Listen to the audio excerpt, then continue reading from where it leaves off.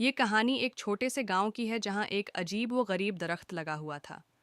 گاؤں کے لوگ اس درخت سے بہت ڈرتے تھے کیونکہ وہ درخت مختلف رنگوں کے پھل دیتا تھا، لیکن ان پھلوں کا ذائقہ اور ان کی شکل کبھی بھی معمولی نہیں ہوتی تھی۔ گاؤں کے بچے اور نوجوان اکثر ایک دوسرے کو اس درخت کے پھلوں کے بارے میں سناتے رہتے تھے، لیکن کوئی بھی ان پھلوں کو توڑنے کی ہمت نہیں کرتا تھا۔ کہتے تھے کہ جو بھی ان پھلوں کو کھائے گا اسے ایک خطرناک عذاب کا سامنا کرنا پڑے گا۔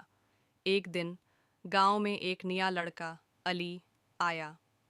وہ بہت جرات مندانہ مزاج کا تھا اور ہمیشہ نئے تجربات کرنے کی کوشش کرتا رہتا تھا۔ ایک دن اس نے وہ درخت دیکھ لیا اور اس کے پھلوں کی طرف بڑھا۔ یہ کیا ہے علی نے کہا۔ مجھے ان پھلوں کا ذائقہ چکھنا چاہیے، شاید یہ اتنے خوفناک نہ ہوں۔ اس نے ایک پکا ہوا پھل توڑ کر کھایا۔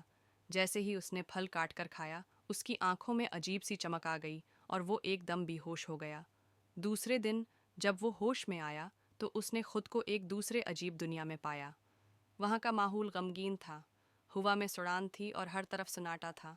اس کے سامنے ایک بگڑا ہوا سایہ آیا جو درخت کے روح کی شکل میں تھا۔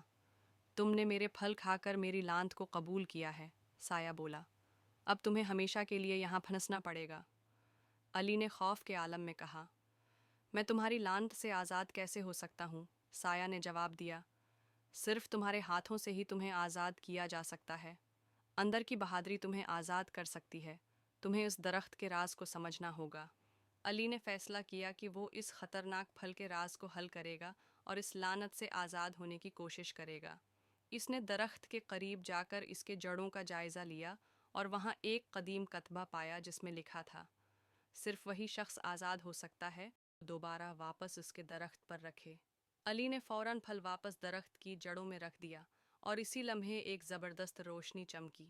علی کا جسم لرزنے لگا اور اس نے خود کو دوبارہ گاؤں میں پایا۔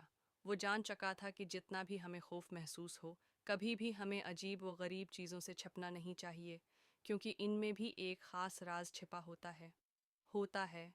اس دن کے بعد علی نے ہمیشہ احتیاط سے کام لیا اور وہ گاؤں والوں کو بتانے لگا کہ بعض چیزیں ہمیں اپنے فائدے کے لیے نہیں چکھنی چاہیے، خاص طور پر وہ جو ہمیں خطرے میں ڈال سکتی ہیں۔